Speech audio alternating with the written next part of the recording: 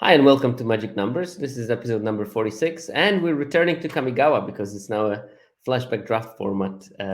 So we can do human drafts in Kamigawa yet again. So if you're bored with the other formats, or if you just love Kamigawa so greatly, you can come back to it.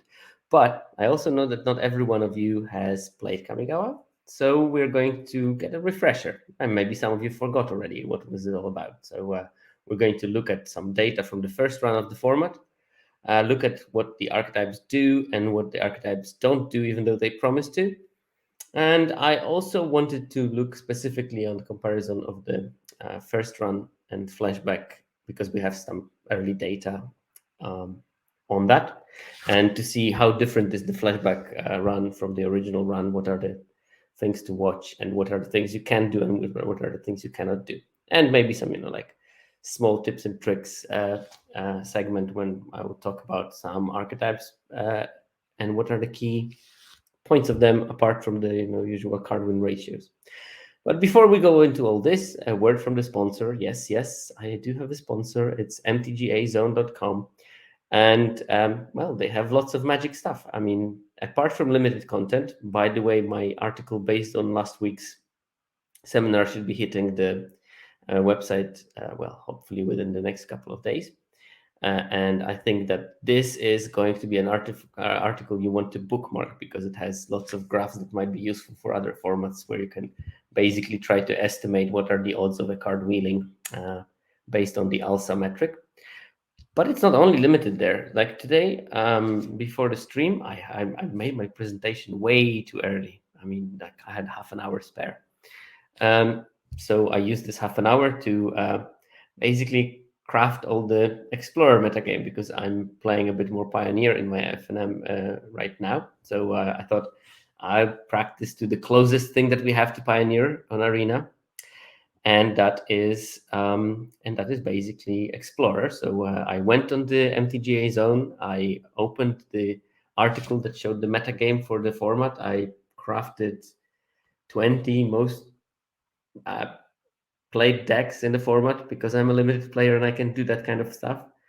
And now I have a bunch of decks from Explorer, and I'm going to play around with them. And some of them look really fun. So yeah, the Jordan. I don't know what you should play in your Pioneer RCQ. But I mean, this is like completely not related to my sponsorship of MTG Arena Zone. I think Mason Clark did a tier list, if I'm not mistaken, on Twitter. Uh, and they had, I think, Azorius Control and Rakdos Sacrifice in there, or Rakdos Midrange, I think. But yeah, I also saw Mono Green being advertised as good. I play Spirits, but I don't know if it's a good deck. I just like to play that type of game. I think that you would also enjoy playing Mono Blue Spirits, that Jordan. It also probably depends on the metagame anyway. But we are not here to talk about Constructed, are we? I mean, I maybe once will make an episode on how playing constructed can improve your limited gameplay, because I think that it's important to, well, at least from time to time, play constructed. And I'm not playing a lot of constructed.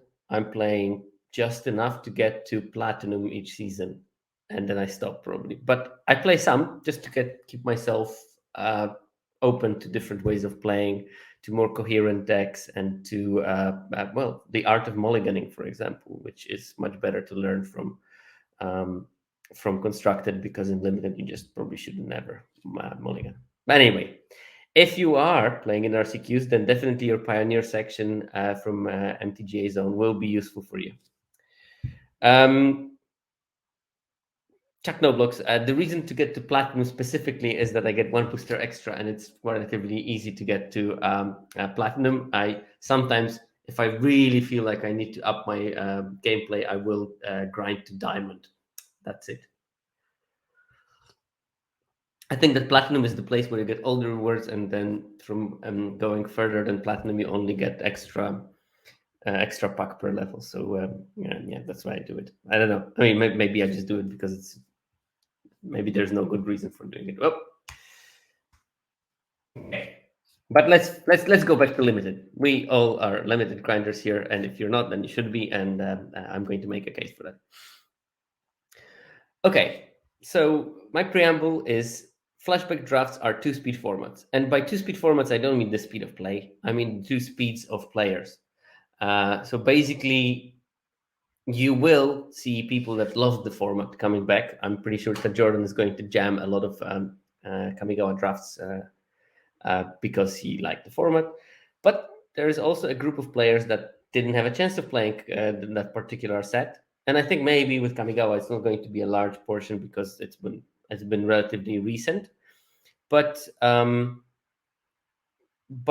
will be some newer players that want to go back, maybe some players that want to expand their collection and understand that drafting is the easiest way to expand your collection while also becoming better in Magic in general. So you will have the mixture of players on the pods, some of them that have a deep knowledge of the format, and some of them that are still learning. And that creates a strange conundrum for especially for those newer players that are basically pitted against people that understand the fully evolved format while they are still at the stage of discovery. And this is something that to some extent does exist in first run of the format because some people are more invested and they know things a couple of days before the rest will figure that out. But here the disproportions are much bigger, and I think that this can potentially generate value for the deeper invested players because you will have at least a small portion of your games against people that don't know what's going, and you're gonna get free wins, which means that those flashback drafts can be more valuable than any other draft, Premier draft format in on Arena for super invested players in terms of their win rates. I think you should have a decent win rate when you play the flashback draft format when you were having good results in the first run. So that's something to keep in mind when all those flashback formats are returning. If you loved Streets of New Capenna, I think that next week that's coming back as well. So you have a chance. But this weekend we're playing Kamigawa, and because of that, I'm going to talk about Kamigawa to some extent. Okay. So the data summary, I looked at the 17lens.com data. I didn't even dive into the deep data. I just took stuff from the website. So basically, all the analysis that I did, you could easily do at home if you had that kind of feeling. But it's basically 1.1 million games of the first run, and there is probably like 20,000 maybe games in the rerun. So the sample sizes are widely different. Also, the data from 17 Lens does contain all the early season data, so it has a mixed level of card presence, including the early format when we're still discovering what Kamigawa is all about. Okay. So first of all, the format stats, just to give you the nice overview of how Kamigawa looked like in the first run of it. We basically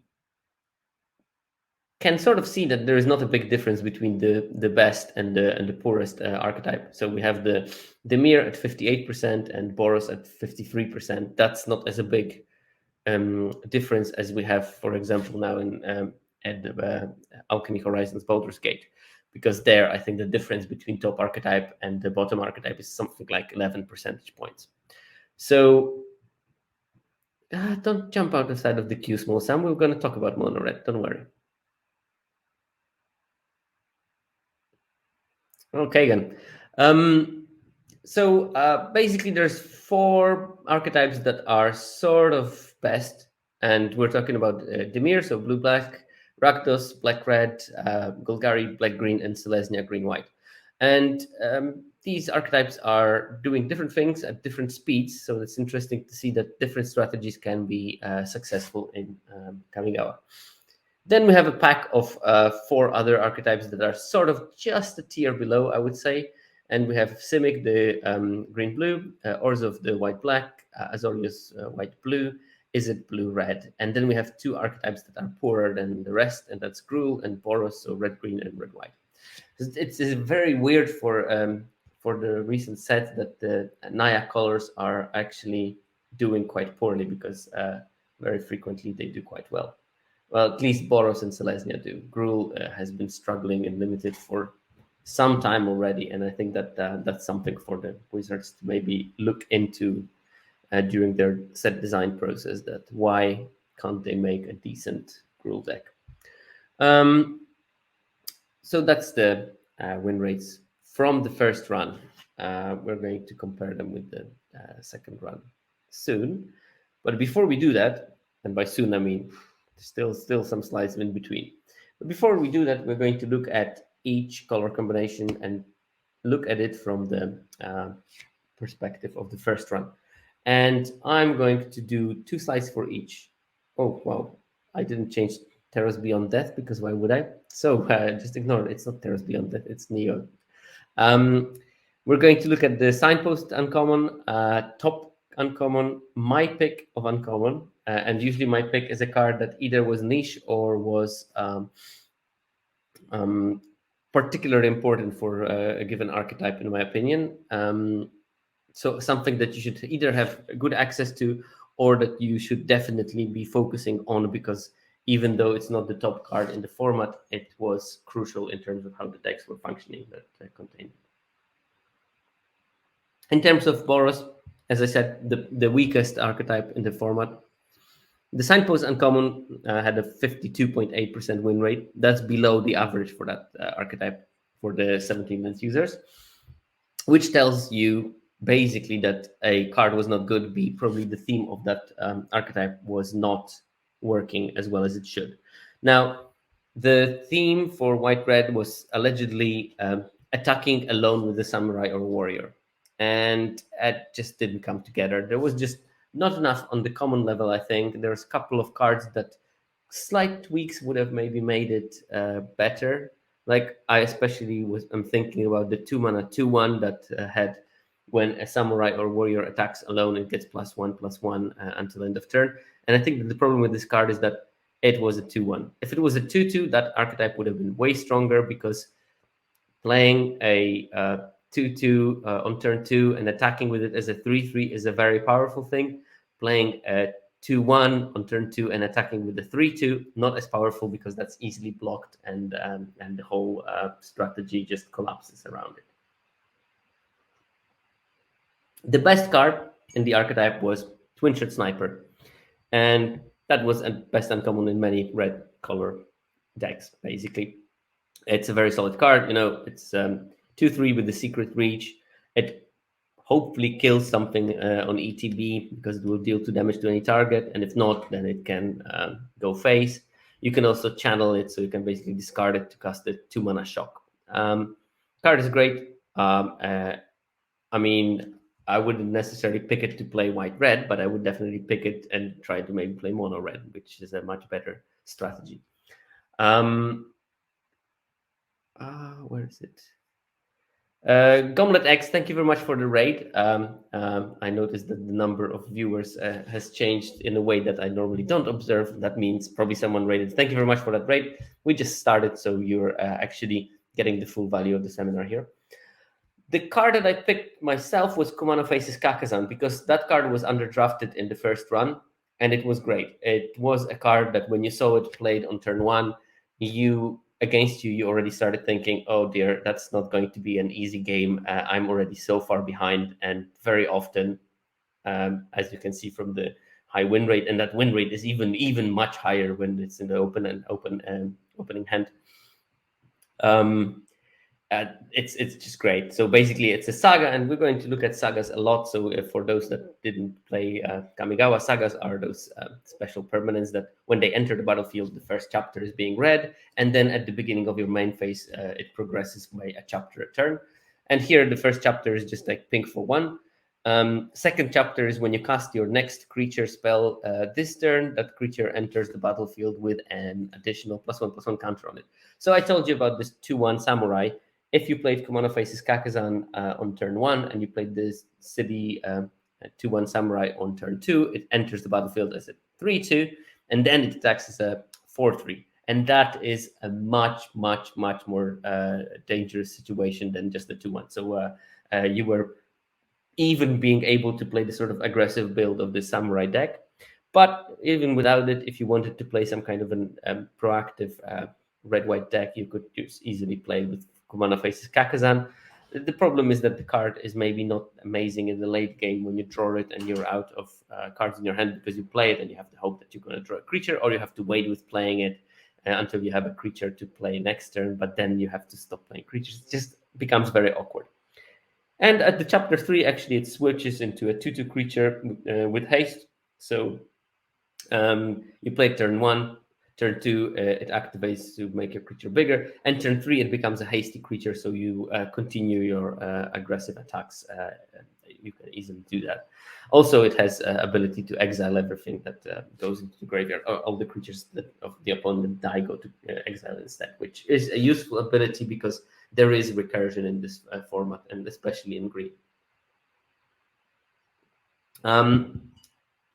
So in terms of white-red commons, the top card was Imperial Oath, and that's going to be the case of many white decks. Imperial Oath was, first of all, atrociously underdrafted in the first round of this format.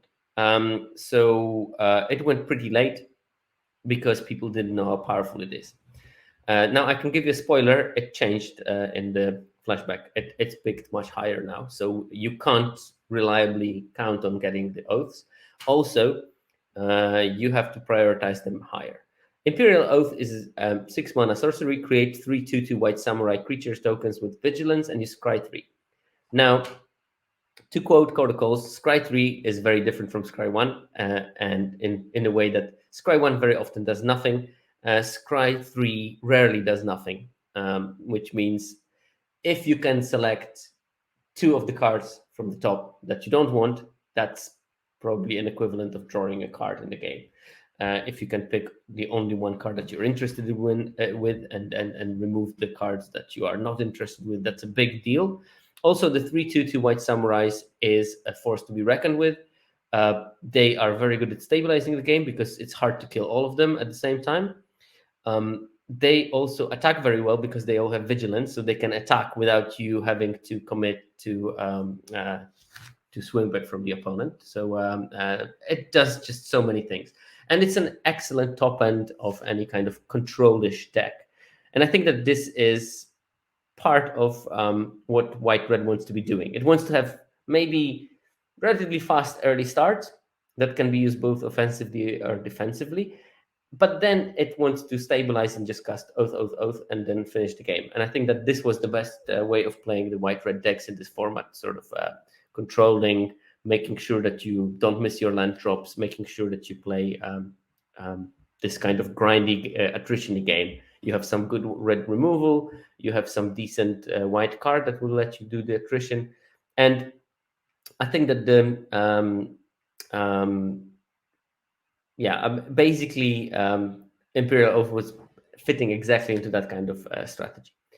Now, for every common, I will give you the top saga. And I think that apart from the failure of the samurai mechanic, the weakness of white and red sagas at common level was the problem that this color combination had.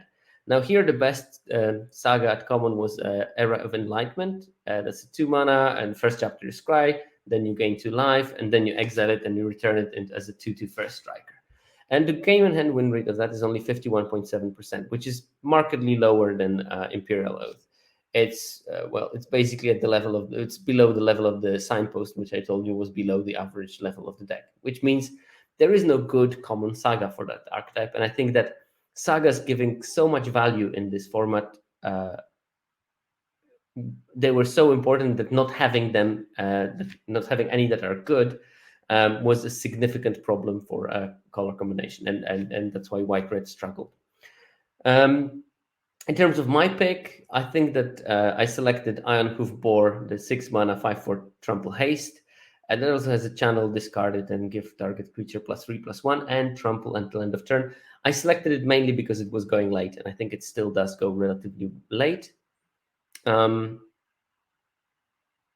And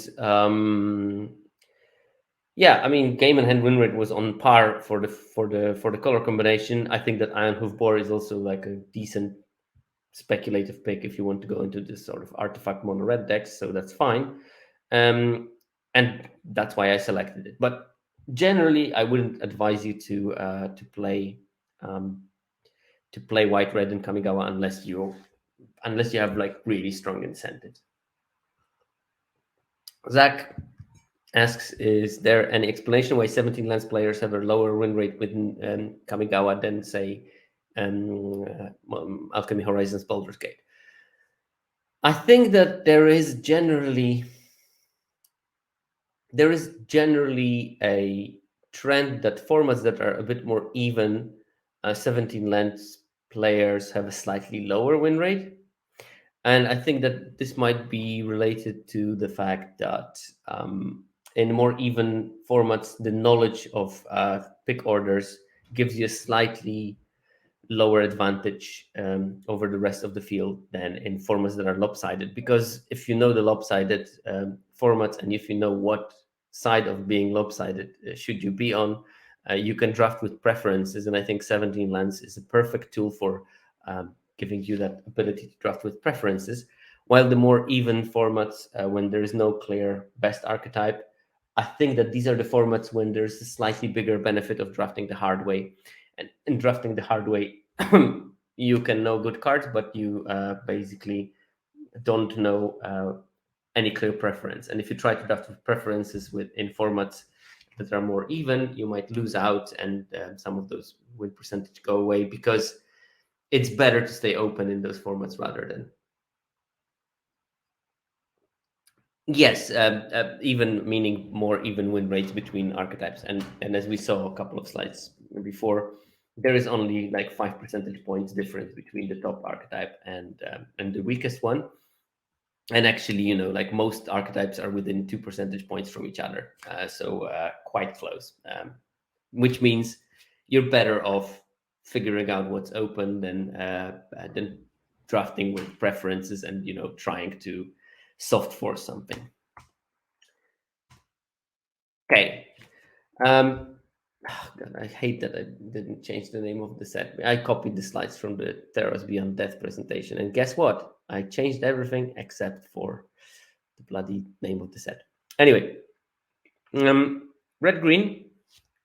According to Wizards, it was supposed to be a modified um, archetype, and modified it means creatures with counters or with auras are modified, and that was mainly it. Therefore, the Signpost Uncommon was an enchantment, Invigorating Hot Spring. It enters the battlefield with 4+1/+1 counters on it. Modified creatures you control have haste. Remove a +1/+1 counter from the enchantment and put it on target creature. You can only activate it as a sorcery and only once each turn. So you can imagine you playing it at some stage, then you play a creature, you put a +1/+1 counter on it, give it haste, it can swing. On paper, it was a good card, but actually its numbers are quite disappointing. It's 53% win rate. That's roughly on par for the deck. Those enchantments, they've been tried multiple times in last formats. I think that there was one in Guilds of Ravnica that had something similar to do, and they aren't really that well positioned to be played. It's just like you play it on turn 3, but you skip on the creature board presence. And yes, your next creature will have haste, but you skip that free drop, and you're basically on the back foot. So you need to start thinking about blocking because you're on the back foot, while this card tells you no, you should be starting attacking because you're giving haste to your creatures. It probably would be really good if it gave haste and vigilance, because then you could race and stop them. But as it is constructed like this, it was just not enough. And I think that this is going to be an eternal problem with those 3-mana enchantments that give your creature haste, that you can't play them late because you don't have creatures to play. So the benefit of giving them haste is not so great. You can't play them early because you are missing out on the board presence. So they are in this like weird limbo when most of the time they just don't work very well. There will be games when they are taking it over and they will win the game, but not many of those games will be had, and that's why it only has 53.7% game and win rate.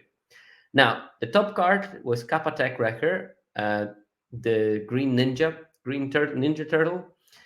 That card was amazing, and if you didn't play the format, it might look slightly underwhelming, but it was a house. It basically generated those game states when damned if you do, damned if you don't in terms of blocking. Even if people knew that you have it in your hand, it was always a problematic thing to do. Like, should I chump block something?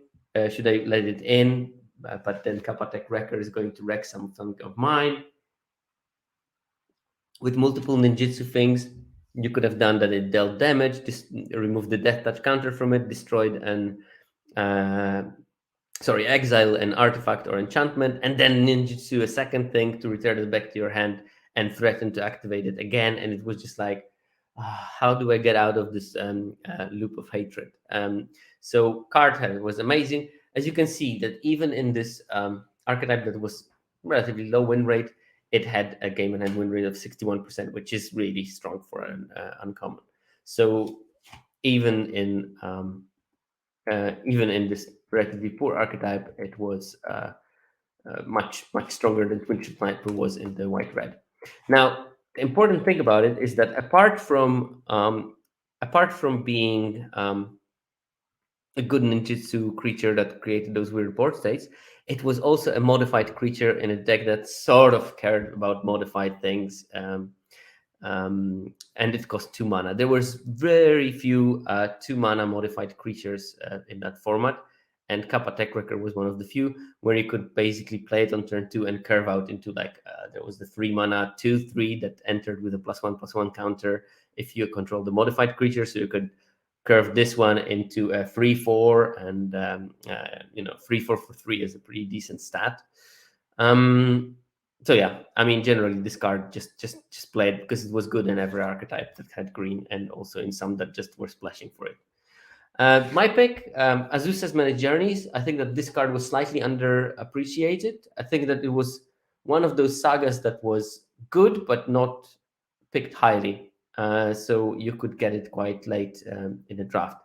And on turn 2, this card was just a brilliant, because you play it on turn 2, you might play an additional land this turn, then you gain 3 lives, so you recoup some of that lost tempo by not playing a 2-drop. And on turn 3, if you had the 4th land to play, you could ramp into 4 basically without a problem. And at the end, it switched. It turned into a 3/3, which is a reasonable stat line. So you lost some tempo by playing it on turn 2, lost some board presence, but then you could play more expensive things, so you could keep up with the race. And also at some stage, when it turns into a creature and you play another creature, that's sort of like double spelling for the purposes of the game, so it was quite useful. And 56.2%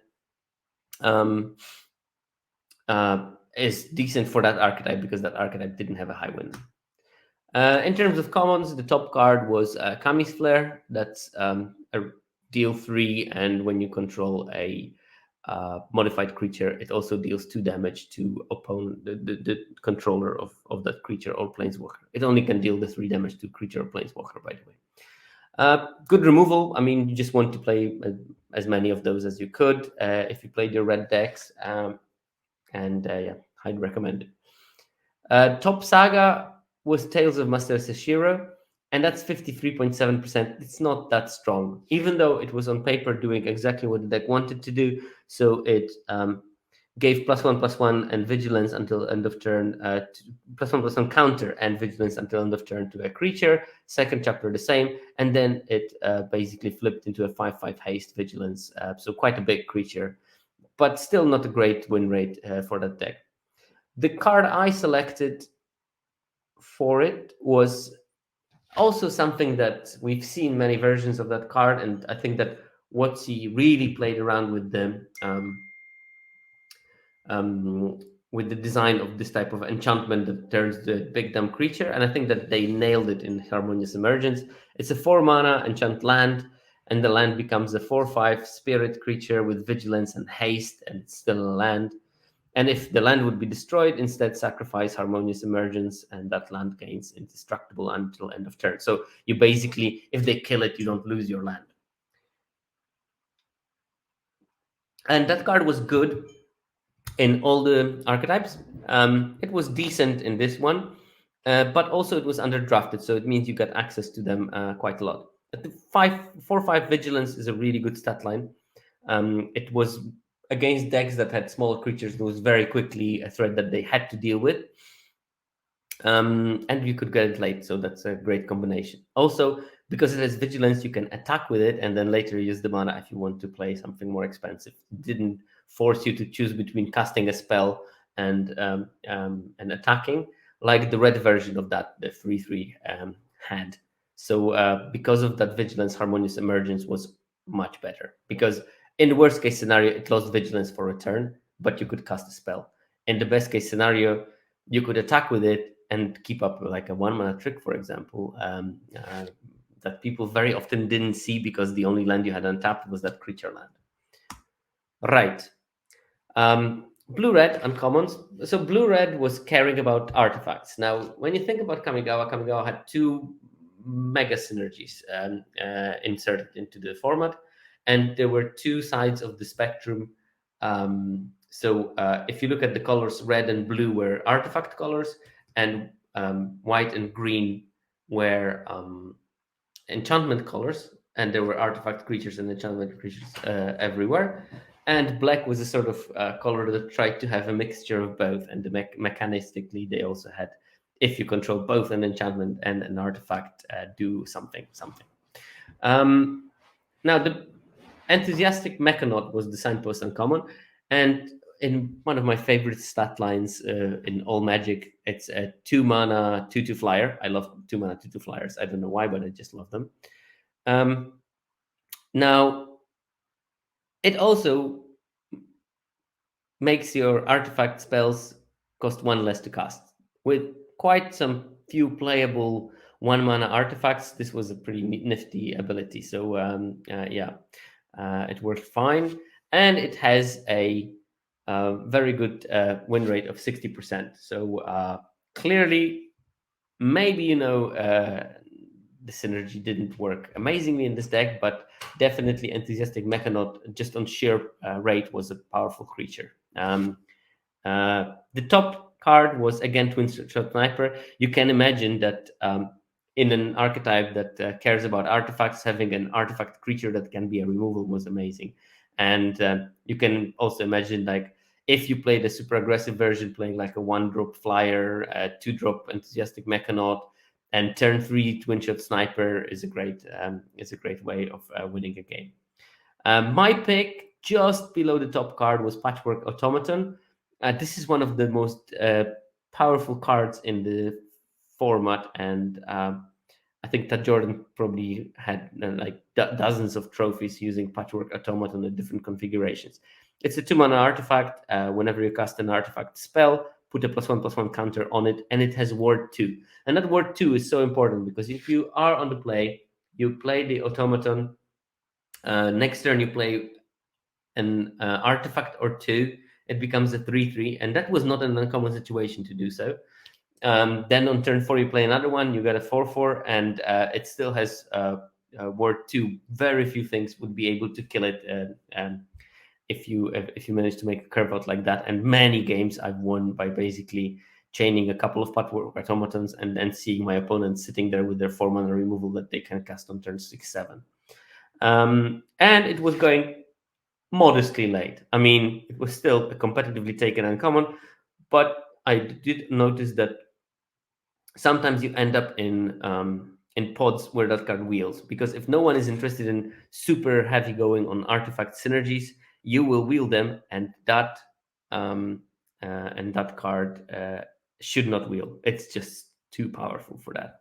I actually, first draft I played of the flashback drafts, I had 3 of them, and that deck trophied very, very, very easily. With some curveballs that were just like insane, like a turn 2 automaton, turn 3 automaton, and 1-drop artifact, then turn 4 Twin Shot Sniper, and everything. You just like kill people out of nowhere. Just all of a sudden they become 5/5 and they cannot deal with them. It's amazing. Now, in terms of blue red commons, the best card in total, in general, in of all the commons was Moon Circuit Hacker, a 2 mana 2/1, but it also has Ninjutsu 1. And whenever it deals combat damage to a player, you may draw a card if you do discard a card, unless it entered the battlefield this turn. So basically, you ninjutsu it in, and then it connects, and you draw a card. And next time, if you manage to connect with it, you loot, which is also a great ability.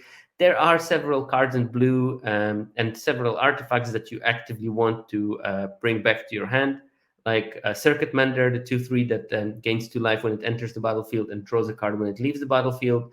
If you manage to return it with the Moon Circuit Hacker, you get to draw a card from the Hacker, draw a card from the Circuit Mender, replace Circuit Mender, and then if the Circuit Mender dies, you still draw a card. So it costs some mana, but it generates this very, very valuable loopy loops. Top saga for the archetype was the Modern Age, a very good saga that allowed you to fix your draws. Maybe less useful in this particular archetype because here you wanted to be maybe more aggressive with your artifact synergies. But still decent. 66% win rate is higher than the average for the archetype. It has the first 2 chapters of looting, and then it turns into a 2/3 flyer. So good evasive threat, but especially for decks that want to go big with mana, that looting was making sure that you will hit your land drops, and it was better in decks like that. Still solid in the blue-red. And my pick is the Iron Apprentice. This is also a card that we've seen in many other formats. I think it was Sparring Golem in Dominaria was very similar. It basically enters with a +1/+1 counter. Well, when it dies, if it had counters on it, put those counters on target creature you control. Very nice card to play on turn 2 if you had Kumano Faces Kakazan, because it enters with 2 counters then, and if it trades, it gives +2/+2 to something. So very good value engine. It was picked late, and it had 56.8% win rate. So pretty solid for that particular archetype that didn't have amazing win rate in general. So I would say that if you're doubting because you didn't play during Kamigawa times, if you're doubting whether it's a good card, it shouldn't be, because it is a good card, and you should be able to play it in the aggressive versions of the decks, which focus around red, honestly. Now we have the blue-white and the uncommons. Signpost is Prodigy's prototype. It's a vehicle that gives you an ability of whenever 1 or more vehicles you control attacks, create a 1/1 pilot, and the pilot can crew with as if it was 3-power creature, basically. And it has crew 2, which is okay. This sort of points you in the direction that white-blue should be the vehicle deck, but it wasn't. It just Prodigy Prototype was a good vehicle on its own, and probably that's the only one that you want to have in your deck. I know that some people played versions that had multiple 3/2 flying vehicles, and those versions were pretty good themselves. So you might do something like that, because if you manage to make several of those pilots, you don't have to be worrying too much about not having creatures to crew your artifact vehicles. But it's just a one solid card. You shouldn't go like all ham on those vehicle synergies, because they were not supported sufficiently. It's just Prodigy Prototype was a good card on its own. Top card in the archetype was Banishing Slash, the white destroy up to 1 target artifact, enchantment, or tapped creature. Then, if you control an artifact and an enchantment, create a 2/2 white samurai creature token with vigilance. If you manage to get it for the full value, so if you had artifact and enchantment on board, it's amazing, because you just make a 2/2 vigilance, which in some formats has been a standalone 2-mana creature, but it also destroys either an artifact or enchantment or a tapped creature, so really good ability to use. And it had very good 63.3% win rate. It is much better if you manage to get the samurai out of it, but in crisis situation you can fire it up. To give you the impression of playing with those cards that require both artifact and enchantment, I did some stats on some of those cards, and you probably want to have at least 5, 6 of the cards of the type that you support less. So, I mean, if you have 12 artifacts, you might want to have 5 enchantments to play the card's second ability reliably. And if you have 12 enchantments, you want to have 5 artifacts, and so on. Now, keep also in mind that not all artifacts and not all enchantments are made equal. It was, of course, much easier to keep a non-creature artifact or enchantment into play, especially things that already accrued most of its value. No one would play a spell that would destroy them, so that's a way of keeping them on board. But most of the artifact and enchantments were indeed creatures, so sometimes you could have played an enchantment creature when you need it, but then it gets killed and you lose your synergy triggers. So that's an um, uh, it's unfortunate situation. In terms of my pick, I picked Born to Drive, 3 mana, enchant artifact or creature. As long as enchanted permanent is a creature, it gets +1/+1 for each creature and or vehicle you control.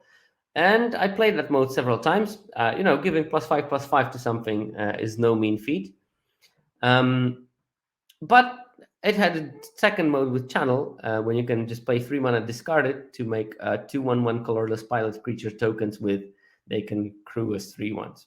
And that second mode was equally good. It's basically when you think it's just like slightly more expensive, raise alert, and the creatures have a slight upside compared to this vanilla 1/1s from raise the alert. Card was playing well. It was going late, and I think one of it was not a bad thing to have, especially when you have a couple of those vehicles lying around, or if you had like evasive threats that you can play it on and remove large chunks of life by making your creature like a 6 something. In terms of the commons, again, Imperial Oath is the top card.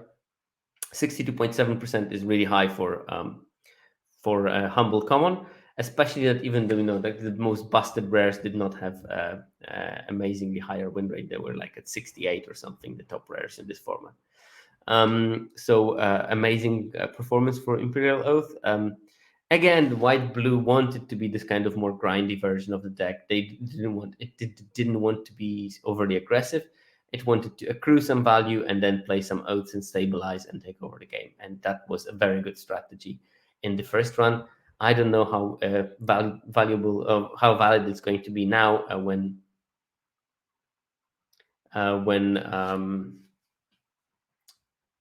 when it's picked a bit highly. Analysis Paralysis says, remember the spoiler season, Oath is unplayable.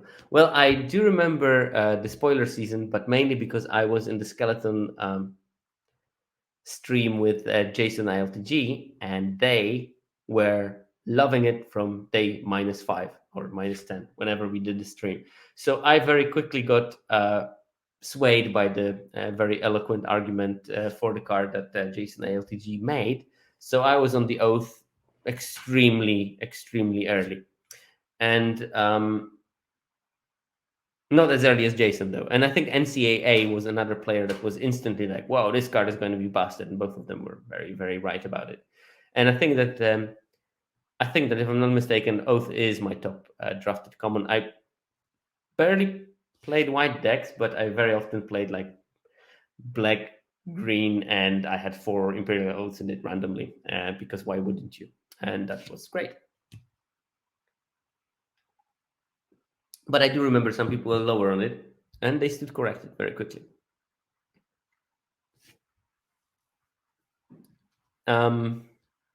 Okay. Modern Age was the top saga with really good win rate of 60.3. So sagas were good in this type of deck because it is the kind of a deck that accrues incremental value, and Modern Age allowed you to smooth those draws. You could play maybe more situational cards that sometimes are great, sometimes are terrible, and discard them to Modern Age. The 2/3 flyer in the end was pretty good because it was pinging away very slowly, but it got there. And getting to your 6 lands is also important, and especially in best of one. In best of one, you have slightly smaller chances of getting to your 6 lands on turn 6 cards like Modern Age completely change it, so you can get the absolute value. I think there was also a little small combo that I personally like playing, and it was the Containment Construct, the 2/1 artifact that when you discard a card, you can actually play it until end of turn. And I had situations when I played the Containment Construct on turn 2, Modern Age on turn 3, discard a land, play a land, next turn, draw an extra card, discard a land, play a land, and then so much value from Modern Age. If you manage to ninjutsu it, replay it, and do more looting, you just draw so many cards out of it that it's amazing. The only problem, of course, Containment Construct being a 2/1 was pretty fragile, but you don't mind if Modern Age is good anyway, and people have to waste their good removal on a 2/1. That was also like a small win. So you usually manage to accrue something out of it. And my pick for the card that was interesting is Suit Up. It was really, really, really late in that format because people are used to this instant that turns your creature into a bigger creature. Well, they just didn't believe in them. And in this particular format, the change was that it has draw a card attached to it. And it turns out that drawing cards is good in Magic, and we will see it over and over again. Adding draw a card on anything makes it better, because you play it and it replaces yourself. And the 5/4/5 was a really good stat line. Sometimes you could also trap people by not having a way to crew your vehicle, but making Suit Up convert vehicle to a creature on instant speed was the thing that was a good trap. And also it generated those impossible conundrums, but I'm going to talk about them when we come to the archetype, when that's been the most atrocious.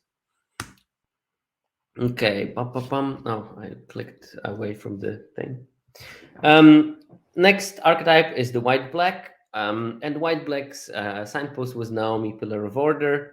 It's a 5-mana 4/4. Whenever it enters the battlefield or attacks, if you control an artifact and an enchantment, create a 2/2 white samurai creature token with vigilance.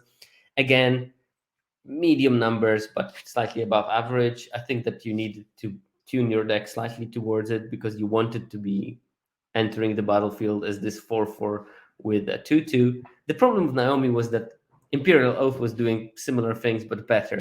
And I usually played Naomi as this sort of like, okay, I didn't get 4 oaths. I'm just going to play 3 oaths and Naomi, and it should be fine. Again, as with the other card that I mentioned, it's good to have, at least 6 of the lower count of the type that you're needing. So either artifact or enchantment should be at 6 and the other one higher or equal. But with 6, you get probably the best chance, and you maximize the win rate of many of those cards with 6 of the lower count of the type. Top card, and you're going to probably see it on again and again as well, is Life of Toshiro Umezawa. It basically first 2 chapters for the boomers among us were the abilities of the Umezawa Jite. So you either give a +2/+2 to a creature, -1/-1 to a creature, or you gain 2 life. So you always get some value from those chapters. Very often you manage to snatch 1 creature and then maybe gain 2 life, or maybe enable an attack or something like that. But it happened to me that I just basically killed 2 creatures with that 1 card, and then I still ended with a 2/3 that can give me mana that ramps me towards my Imperial Oath. So the great card altogether, and one of the golden top 5 uncommons of the set. Well, they're not golden really, but top 5 uncommons of the set, which I create a special category for those because they are head and shoulders above anything else. My pick was Dockside Chef. It's a 1-mana 1/2. It has an ability to sacrifice something and draw a card, and it is an enchantment itself, so it plays with those synergies of Naomi and other cards that require having both types of artifact and enchantment. Solid 59% win rate, and the card was going slightly later than most uncommons, so you could get it. Top common, guess what? Imperial Oath. Again, not much to say.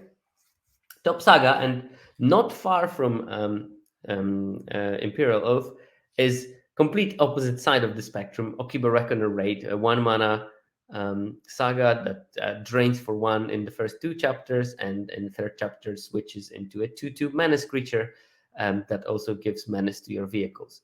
And yeah, that card is great because it's aggressive, but at the same time stabilizes you. You can play it on turn one when you don't have that much to do. So pure upside. And I've seen decks with six of them, and they were smashing because menace is annoying, draining for a lot is annoying. I lost many games when I had opponent on lethal, if not for those four chapters by Okiba Reckoner raids that they played at some stage. Again, menacing creature really working well with the ninjutsu, which was maybe less of a theme in the white black, but it was a theme in the format in general. My pick, a card that was definitely picked too low, and the card that all through the format grew in my estimates. Shrine Steward is just a 5/3, a 5 mana 3/2. But when it enters the battlefield, you may search your library for an aura or shrine card, reveal it, put it in your hand, then shuffle. Couple of the shrines in this format were good on their own, so it was nice that you could get them into your hand with Shrine Steward. But especially in the white black, the black removal of the format was an enchantment that you enchant a target creature. It gets +1/+1, I want to say, and as it enters the battlefield, it kills something. So you could actually search up the 4 mana universal removal spell. Obviously, if you did that, you had to keep in mind that opponent knows that you have it in your hand, and don't play your removal aura into a removal of your opponents to lose to do naturally 2/1 yourself. Blue green commons, and it was a very like grindy loopy deck, and its signpost uncommon was Colossal Sky Turtle, a 7 mana flying ward 2 turtle that had two channel abilities. One was you could discard it for 2 and a green and return target card from your graveyard to your hand. The other was discard it for 1 and blue and return target creature to its owner's hand. Now this card enabled many loops because you could basically discard it to get back. For example, there was an instant spell that you could return enchantment or creature, was it, from your graveyard to your hand. Um, and basically, then you could bring back the Colossal Sky Turtle and something. Then you discard Colossal Sky Turtle to return your spell that could return things from graveyard. You can cast it again, return the Sky Turtle and something, and you generated this like an easy loop. So this deck wanted to live to that stage where you could do that kind of stuff, and it frequently did because that archetype was decent. It was not great, but it was definitely decent. Top card was a Kappa Tech Wrecker. We already talked about it. It's still good. Again, one of the top 5 uncommons, which are a category of their own. My pick was Roadside Reliquary. This card had a really high win rate in blue green and in many other color combinations, which makes me think that in Kamigawa, there was plenty of slow decks, and actually card draw in some extent, especially when it didn't cost you that much in deck building, was useful. And as you can see, Roadside Reliquary has a 60.2 win rate, so higher than the Coastal Sky Turtle. It was picked relatively late because it's like the alpha of it was roughly 5 and something. And you might think that this is a card for this is a card for maybe white black deck when you have those artifact and enchantment synergies, but it was also good in blue green, and actually in so many archetypes. I've seen Roadside Reliquary popping up as this high win rate card. So don't sleep on it. I think that the card is better than my at least than my intuition would hint me to. So if you think in the same way as I do, you might miss that Roadside Reliquary is good. And in terms of commons, I picked Tamiyo Safekeeping as the top common. I think that the card was, well, I mean, I didn't pick. People picked because that was the top win rate common in blue green. It's deceitfully good for something costing 1 mana, but it basically gets some life gain. It gives hexproof, so it protects from removal. It gives indestructible, so it protects from damage. Um, and it worked fine. I think that playing 1/2 is no shame, especially if you have creatures worth protecting. Top Saga is a modern age again, and my pick at 58.7% is Bamboo Grove Archer. It's a 2 mana 3/3 with Defender and Reach, and also you could channel it later in the game, but for 5 mana to kill creature with flying. So useful card early, useful card late. Early, it would stop your opponent to drop your life total to low enough that you would feel threatened. And this deck, what it really wanted to do is buying time, and I think Bamboo Grove Archer was one of the better ways of doing so. White green, that's the other end of the spectrum as Izzet. This is the enchantment based color combination. As you can see, like Jukai Naturalist is the polar opposite of the gargoyle or whatever it was. What was that? Enthusiastic Mechanaut. Oh yeah, that's a Gobo, flying Gobo. It's also an enchantment creature. It costs green and white. It has lifelink instead of flying, and enchantment spells you cast cost 1 less to cast. So a really good thing. It could give you discount on so many cards. And the lifelink was relevant.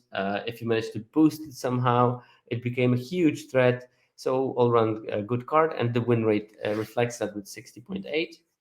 The best uncommon, a third one of the top 5 uncommons in the set, Blossom Prancer. It's basically 5 mana reach, draw a card. That's basically what it says. It's a great card.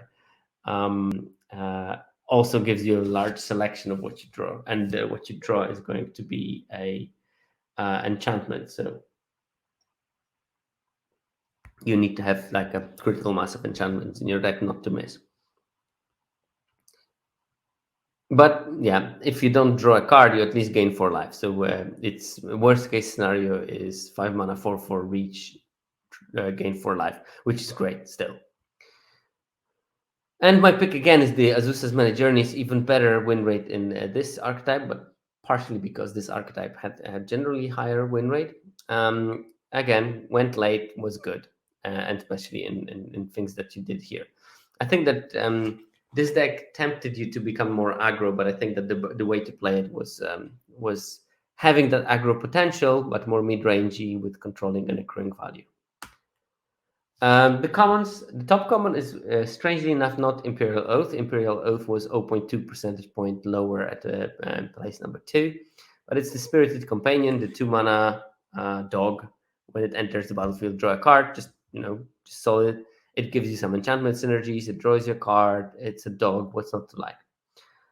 Top Saga in this archetype was the Tales of Master Sashiro we talked about, but here it has a better win rate than it did in the Gruul decks. So worth keeping an eye on that one because it was actively good here, I think. And my pick was Fate into Antiquity. It's a reprint. It basically says exile target artifact or enchantment, and it had a 57% win rate roughly.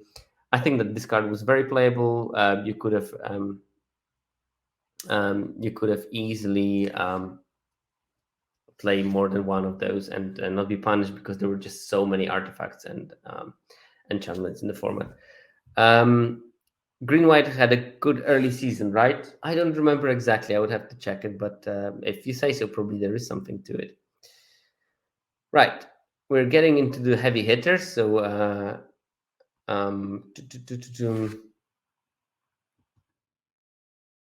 let's look at it. Well, we basically enter the top 3 territory, and these top 3 decks are slightly above the rest. I mean, Selesnya is catching up with them, but still a bit behind. Oh, spoilers there everywhere. Black Green was probably the most dominant deck early in the format because people were weaning off of it because the archetype was not really telling you what it wanted to do.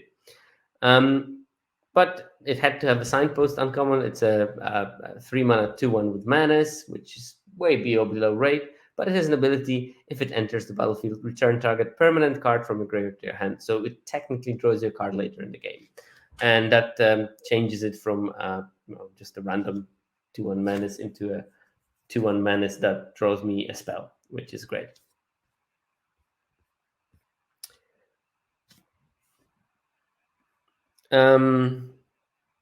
Okay, top card again, Kappa Tech Wrecker. Nothing to be said about this card. It's just very good. My pick was Spinning Wheel Kick. This card was not like super good, but it went late, and this is the sort of a card that people might say, "Man, that's probably bad. It's like so much mana to spend, and you can be blown out of with this card so easily." Um, but it wasn't. It was decent, and it worked. You need to maybe make sure that you are capable of using it without being blown out of the water by someone with a removal at instant speed. But 6 mana kill 2 creatures was good, and later in the game, 12 mana kill 5 creatures. That was just backbreaking. So this card was on its own capable of ending games, and the absolute fail was, I spent 4 mana kill creature, which is all right, nothing to write home about. But I mean, that's a fail case, and the upside was there. So don't think that this card is unplayable, because it saw plenty of play, and maybe it was not like the top uncommon, but it was decent uncommon at least. In terms of commons, number one card is Twisted Embrace. That's the 4 mana aura that I told you in when we talked about the shepherd guy. And when it enters the battlefield, destroy target creature or planeswalker an opponent controls, and it gives +1/+1 to the enchanted permanent. Yeah, and it can enchant artifact or creature you control. Why artifact? Because you could play it on a vehicle before it was turned the creature if you really wanted to, or actually for that instance on any other artifact. It's just like if you played it on the vehicle would also get the +1/+1 bonus. But in situations that were fishy, but I needed to kill something, I have not been beneath trying to play it on an artifact, just because there's not so many instant speed replies to playing an aura on your non-creature artifact. And if you really wanted to kill something, that's what I did, and it did happen a couple of times. Top Saga Okibo Reckoner rate just below the Twisted Embrace. Still a very good card. My pick is again Harmonious Emergence, even better in this deck than it was in the previous one that we looked at. Again, card was, I think, hit perfect spot of moderately powerful 4-drop in limited, or 5-drop, depends how you count them. Okay, Black Red uncommons. Onicult Anvil is the signpost, and it has a really high win rate. Game had a win rate of 61.8, meaning that the team was well supported. Like red, black tried to be this kind of more grindy version of artifact deck, but very often you could just splash Onicult Anvil in almost mono red deck as the sort of like way of giving you reach, and by reach I mean ability to kill your opponent rather than being blocking flyers. Solid card. You sacrifice something during your turn, an artifact. You create a 1/1 artifact creature, and the next turn you can sacrifice that artifact creature to get another one, and you sort of start looping those things and draining for one as you did it. So pretty strong card. Life of Toshiro Mizawa, we talked about it, still great, also in this format. The card that I selected at 59.8% win rate is Sokenzan Smelter. At the beginning of combat of your turn, you may pay 1 and sacrifice an artifact. If you do, create a 3/1 red construct artifact creature token with haste. 3/1s are not a joke. Lots of the time, if your opponents had small creatures on board, you could just basically sacrifice some redundant artifact every turn and just bolt them into face unless they block, in which case you probably have a good deal out of it. It like also works very well with Onicult Anvil if you have that. You can sacrifice your 1/1 construct, and then You get the 1/1 because it triggers the Onicult Anvil on whichever sacrifice it happens. And you get a 3/1, you attack with a 3/1. Next turn, you sacrifice another construct, make another 3/1 attack phase. And if they don't have a response to it with 4 toughness, they will very quickly be overwhelmed by those 3/1s hasty construct artifact creature tokens. In terms of commons, I think that a very important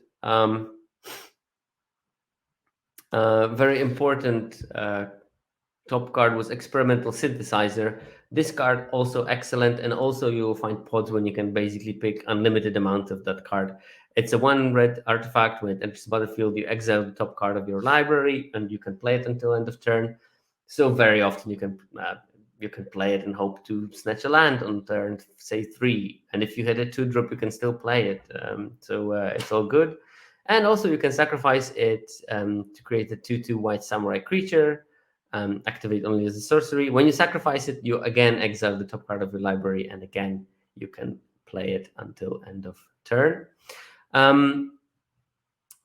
Importantly, it doesn't matter if you sacrifice it to its own ability to make the Vigilance Samurai. It also works with anything. You can sacrifice it to Voltage Surge, the 1-mana removal that deals 2 or 4 if you sacrificed an artifact, and you can basically then still get to play the top card of your library if you did so. Top Saga, Okiba Reckoner Raid, we talked about it enough. I might pick, it's really, really close to the top cards in the color combination. It's Chlorine Torment. A 1-mana enchantment aura, it enchants artifact or creature, and it can't block. It gets -1/-1, and it also pings your opponent for 1 each turn. So you can play it like on a 2/2, it becomes a 1/1. They can't block with it. Well, they can attack because I don't care. Because I'm racing them with my Chlorine Torment already sufficiently. So yeah, there's that. Hey, Belly, thanks for the sub. Okay, last deck is the blue-black ninja. Master Splinter is the signpost uncommon. Let's be honest, that's what it is. It's a rat ninja for blue-black. It also has a ninjutsu for blue-black. And first of all, ninjutsu abilities you activate cost 1 less to activate. And second of all, other ninjas and rogues that you have get +1/+1. So a solid card that was enabling the whole ninjutsu shenanigans, when basically if you were not blocked with an attack, you can return that attacking creature to your hand and put a ninja into the battlefield. And usually those ninja were quite competitively priced in terms of the mana cost of doing so. So even decreasing cost of ninjutsu was a big selling point for the blue-black. It has a solid, 61.2% win rate, but this archetype had also a solid win rate of 58.5%. So it still was above the average win rate. Top card, Life of Toshiro Mizawa. I've seen it before. Still good. My pick was High Speed Hoverbike. It's a 2-mana artifact vehicle with flash, flying, and when it enters the battlefield, tap 1 or more target creature. So you basically, before they declare their attackers, you play this, tap the biggest thing. Next turn, you can activate it, attack with it, ninjutsu it because it's a flyer, which I think why this card was particularly good in blue-black. And then you still can replay it and then tap something that would have been attacking you anyway. So you can make those kind of weird loop when people get locked by your high-speed hover bike. As I said, solid 60.7% win rate. So yeah, pretty good. And commons, we have Virus Beetle as the top card. It's a 2-mana artifact insect. When it enters the battlefield, each opponent discards a card. So basically your Ravenous Rats / what was the one in last set's Corrupt Court Official. There's plenty of reprints of the card that does it. This one was an artifact, which changed it for much better because it could be played in black-red. But it's also like a good creature to threaten a casual attack and make your opponent second guessing if you have that suit up or not. Top Saga, again, Okiba Reckoner rate, you see a trend, 62.8. So actually Okiba Reckoner Raid should be the top card as well as the top saga, but just to give you a broader overview of data, mm, I put it in the saga slot rather than the top card slot. And my pick was Suit Up again. Suit Up was one of the best cards to be played in Ninjas because it puts opponents in such awkward choices. I had to face that choice multiple times, and I don't think that I managed to get more than 55% win rate out of those games. Okay. For the bigger picture, we are done with the archetypes, but more or less know what they're doing and what they're not doing. The bigger picture, first of all, this was not a bomb heavy format. There were good playable cards at high rarities. These are the top five rares and mythics in the set. We have Fable of the Mirror Breaker, Jugon Defensive Temple, Inventive Iteration, so three sagas, and then Farewell, which is this weird draft that you can really craft into something that is very beneficial for you and terrible for the opponent, because you can choose to exile only artifacts or only enchantments or all creatures and all graveyards. And yeah, because you have so much choice, it allows you to shape the game to your liking. And that card was backbreaking when you didn't play around it and someone had it. And Wandering Emperor, which is like one of the best planeswalkers that were released in the last 5 or so years. So it's also good limited because why not?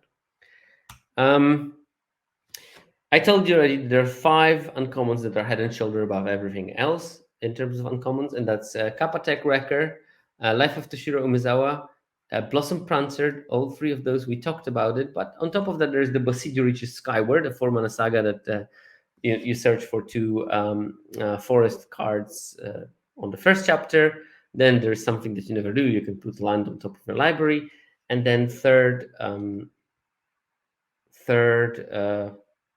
chapter is just turning into a massive creature that has reach, and it has power and toughness equals to lands you control, which can be pretty substantial. Very hard to deal with, also very powerful. And the fifth of those great sagas or great uncommons is Behold the Unspeakable, a very defensive saga that the chapter one, it gives -2/-0 to all opponents' creatures. There is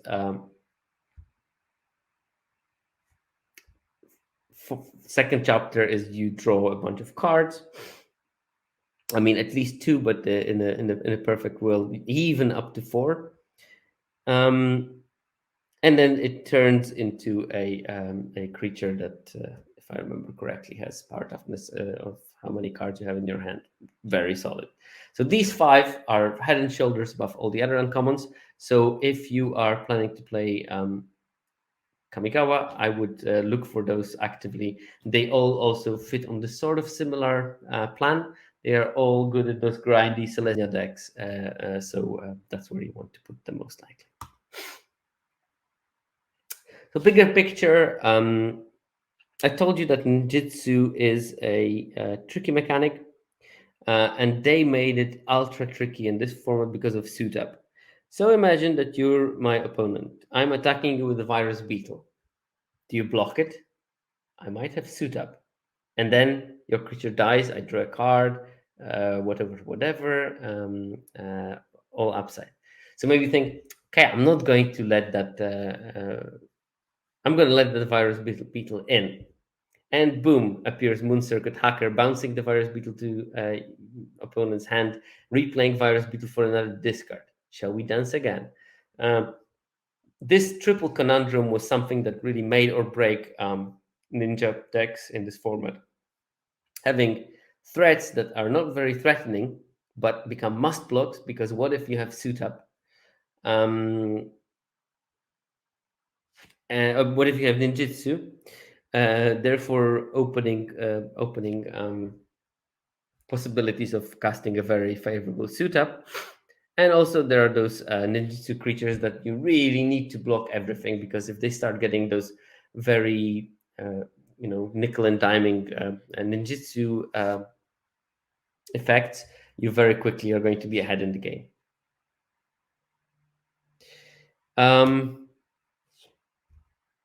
Okay, so I was talking about two color combinations. Kamigawa is a strictly two color format in terms of you shouldn't be playing three. It's not giving you that perfect win rate. I think that splashing is fine, but do it responsibly. I think the network terminal is a particularly useful tool for splashing. But there is a monocolor deck that was reliably being capable of being drafted, and that's mono red. And this deck is really based on those three uncommons, and you really want to have as many of them as possible before you start forcing your mono red. And then you can just put like one drop artifact creature, two drop artifact creatures, maybe some couple of top handy bombs and stuff like that. But as long as you have Kumanos, Patchwork Automatons, and Sokens and Smelters, you are going to be just fine because these cards can generate an atrocious amount of value during the game. Um, and I think that it's really important to have at least a couple of those in your mono red decks. If you don't get those, then I don't know what you were doing getting into mono red. If you, I mean, you probably must have been enforcing it because these were the cards that usually sway me to start going the mono red way. Okay, that's part of the tips and tricks. Now, what's the difference between previous iterations and the current iteration?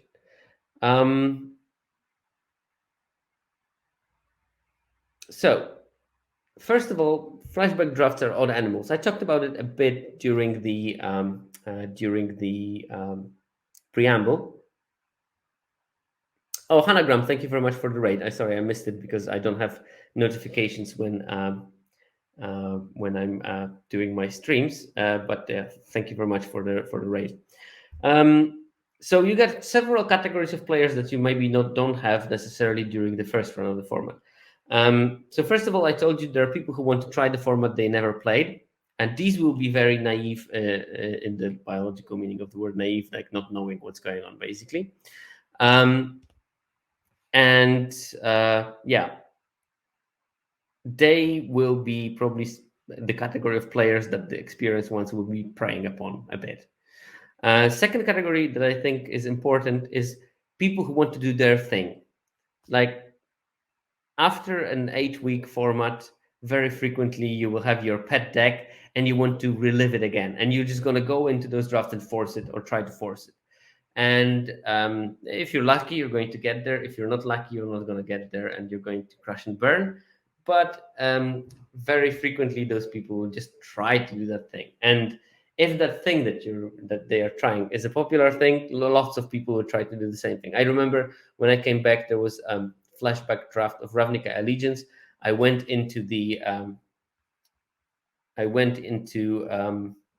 a draft trying to force this Azorius no win con kind of archetype, and I couldn't for the love of it because everyone tried to do it, and so I just learned the hard way. I'll just do something else because why not? Thank you very much for that gift sub, Zach. That's a very nice thing to do from you. So there is also people that did incredibly well in the format, and because of that, they want to come back because they have good memories of the format because they were winning all the time, and board grinders. So you will have this like patchwork of skill during those drafts, and because of that, they might be slightly different numbers in terms of the flashback part than when you had the format for the first time, because you will have really heavily invested players mixed together with some people that never had played. So what is the difference? And I made a couple of slides to showcase the differences between the formats. So first of all, these are the win rates of the first run, and these are the win rates of the flashback. Mind you, flashback obviously has a much smaller sample size.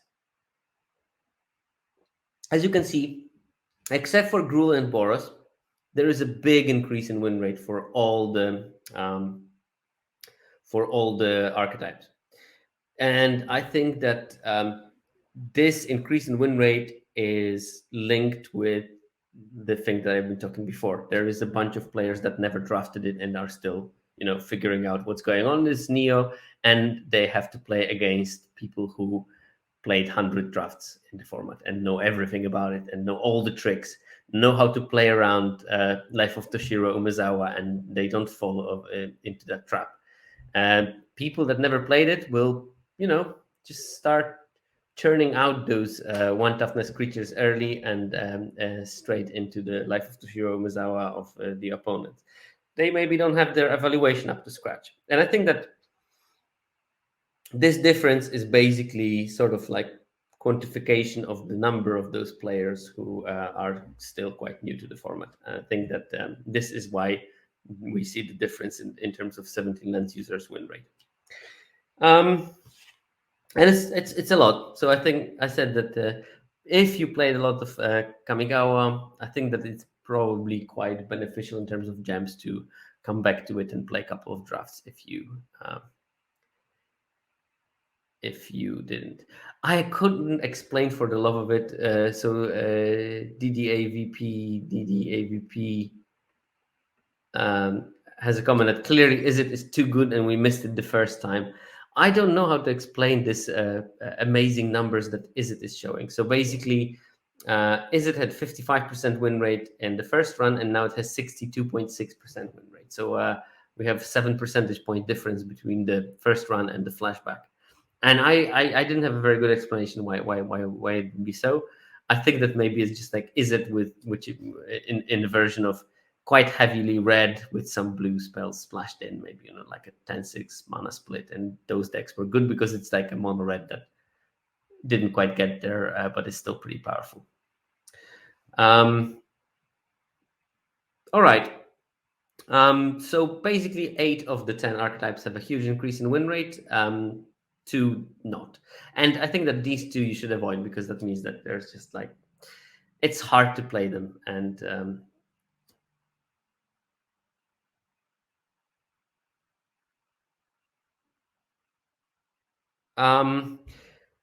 okay, so I have a question from Tresio. I have returned to MTG recently after 25 years away. Nice. I've done a fair amount of drafting, starting with Streets of New Capenna. What's the wisest way to experiment drafting Neo without getting obliterated by those who know the format? Okay. Like, first of all, yeah, I would rewatch the seminar. Second of all, I think that there is an article on MTGA Zone that is freely available from J2S Josh that explained it. Third of all, I would, if I were you, go to 17 Lands and look at the recent trophy decks from Kamigawa and just check what's going on in there, and then try to figure out what people are doing to be winning. I think that, like, super quick heuristics is that sagas are good. Just if you think that the saga is medium, it's probably better than you think, and play it. Try to stay open in the draft, because this is a format with a roughly balanced win rates of each archetype. So you will benefit more from finding the open lane than from forcing a particular lane. And yeah, I think that's the easiest advice I can give. And congratulations for coming back after 25 years.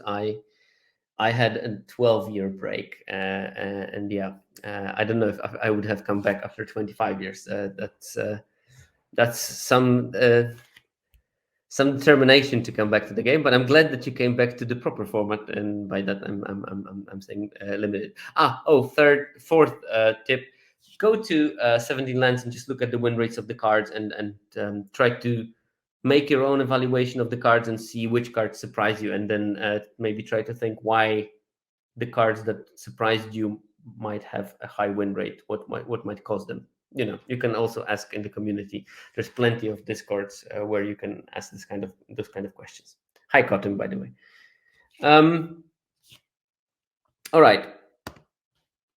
Let's go. What did I click again? Okay.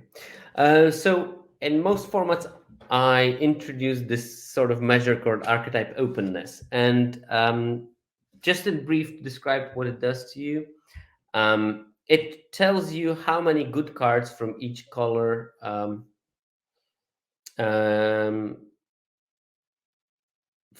combination you will see per pod, and that's calculated based on the 17 lands statistics of how many of those cards you should be seeing in draft on average. And good cards I define as cards with a win rate of 56% and higher in a game and hand win rate. And first of all, the three most open colors are blue black, white blue, and blue green. They have the most good cards, so there's probably you can experiment with the builds of those colors and find something that is pretty strong. um, then you have the second tier: white black, white green, black green. Then you have like mono red and black red, and then you have blue red and white red, red green are the poorest doing. But what you can also see is that there's not a big difference between first run and flashback. So basically, more or less the same things are open the same way in the first run and the flashback. There is a slight drop. Okay, there shouldn't be this bloody. Oh, there we go. There shouldn't be the chat message. There is like a consistent slight difference that there is fewer cards available in the flashback, and that tells me that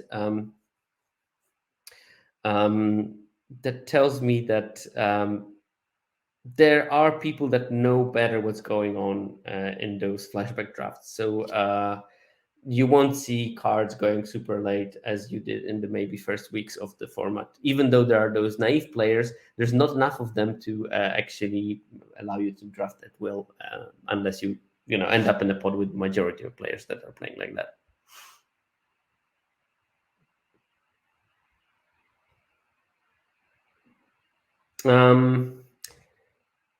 Okay. Well, basically, what you can see is that most colors you will probably see enough good cards to draft a deck out of them, which is important. I think at 40 you will have enough cards to be able to play. In terms of cards that perform much better in current iteration than in the first run of the format, I see a bunch of red tinted cards doing better now than they did before, and I think that is because people now already come on people now know exactly how to build a mono red deck, especially the ones that know how to do it, and came back just to specifically draft mono red. They know exactly which parts to put in. So we have like bronze plate boar being 11 percentage points higher win rate than in the first run. Sukenza Smelter, 10 percentage points higher win rate than in the first run. Rabbit Battery, we have here Simeon Sling, Oni Cult Anvil, which is very often splashed in mono red or played in the like slightly black tinted version of the red deck. Apart from that, for a weird reason, Search Hacker Mac has a much higher win rate. I think that maybe this was also the card that was people tried to play it in the blue-white vehicles that were not even a deck, and now people learn how to play it, and that you don't need to go all in on vehicles. You can play it as the only one, maybe one of the two. So yeah. Black and green Goshintai also have an increased win rate by 7 and 8 percentage points. That's something to look at. I don't know for what reason, but a bunch of dual lands have a slightly higher win rate. Don't ask me why.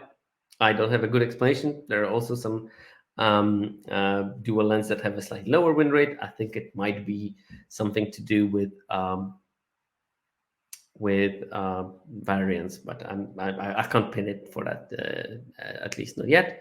And Inventive Iteration, the Blue Saga, that was already bombed in the first run, and I think it got a slightly higher win rate still. Keep in mind that an average card increased by 3.8 percentage points compared to the original run. So you basically should deduct 3.8 from those numbers. So that bronze plate boar's increase is taking into account that the win rates are slightly higher in the flashback version, it's still roughly 8 percentage point higher win rate than it was before. So pretty impressive. And the only cult Elmville goes 3 percentage points higher rather than 6.8 when you would normalize for that. In terms of cards that actually do worse, again, these should have the 3.8 deducted from them. So especially Selfless Samurai and Tameshi Reality Architect dropped in their win rate by quite a lot compared to the start. We have Tranquil Cove that dropped, but maybe that's something to do with Blue White not being that great. Acquisition Octopus, that card was not good, but it's still not good. Seismic Wave, solid removal, but maybe not as good because you play against lots of artifact decks, and against artifact decks, Seismic Wave doesn't work so well. Naomi, the white-black signpost uncommon, dropped a bit. The Fall of Lord Konda, Kappa Wrecker actually dropped by a little bit, and Spirited Companion dropped by a little bit. But these cards had a very high win rate, so it might be just like sort of reversion up to the mean. And again, I remind you, it's based on small numbers, so that can still change. But at least those are good indicators that some cards did change in their performance. And I think the biggest shift was that some mono red cards are doing much better now because probably people don't draft those decks that are not really supposed to be in.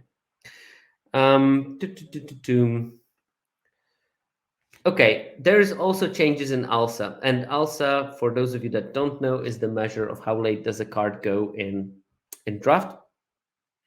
So the lower the number, the earlier the card is being picked. So say if ALSA dropped, it means that the card is picked much, much, much higher by the players.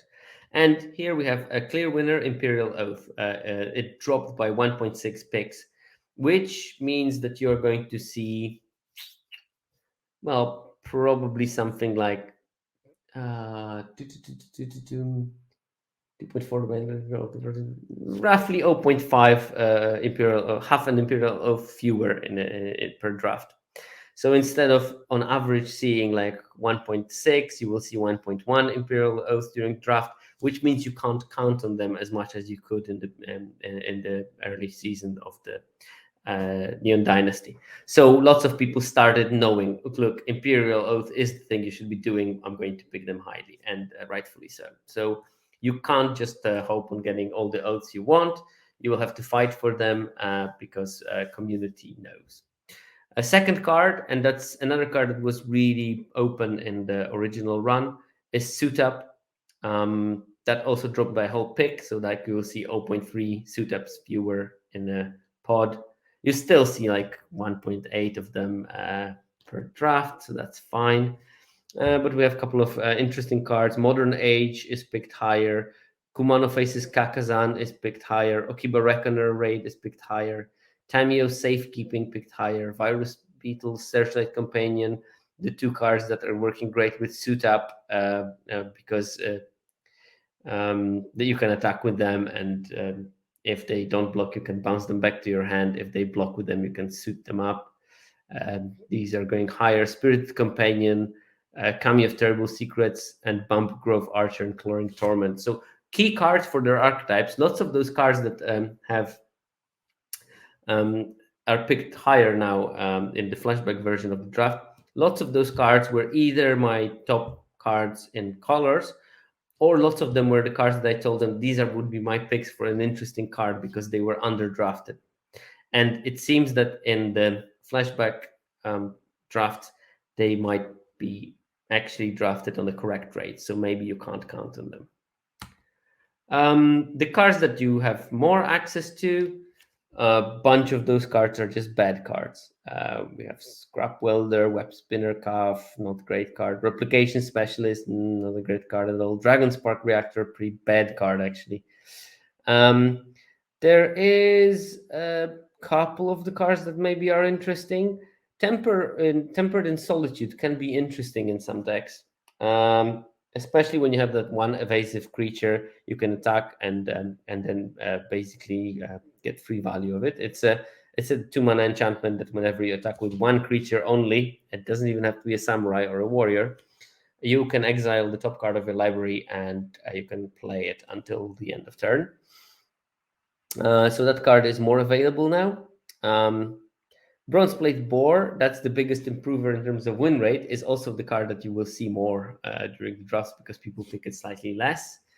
Seismic Wave, Upriser Renegade, these are sort of interesting cards to look at. Again, they are all in mono red. So, okay, you don't see as many Kumanos faces Kakazans, but what you don't see in Kumanos, you will see in Bronzeplate Boars and Upriser Renegade, which is another card that can be sneaky good in the deck if you have the right build for it. It's a 1/3 that gets +2/+0 for each modified creature that is not it on the battlefield. So it can easily become like a 5/3, 7/3. I had it, when you have this Iron Hoof board that gives +3/+1 and trample. If you attack with the 7/3, that can do a lot of damage in one smooth move. All right. Boom. We got there. And since we got to the end of the seminar, I would like to really thank the 17 Lands team, because without their data, there wouldn't be much of material to make data seminars on, really.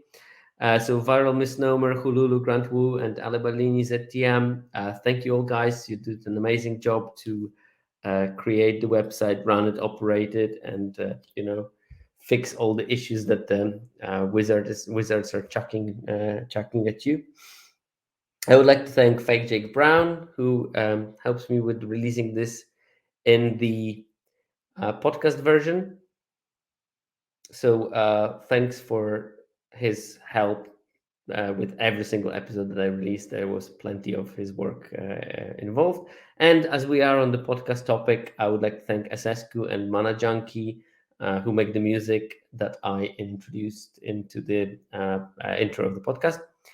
And with that, I probably won't see you next week because I'm on holiday, but hopefully see you in 2 weeks when we maybe can start either dealing with some kind of big topic or maybe having a sneaky first peeks on the Dominaria United cards and speculate what they can mean for the format.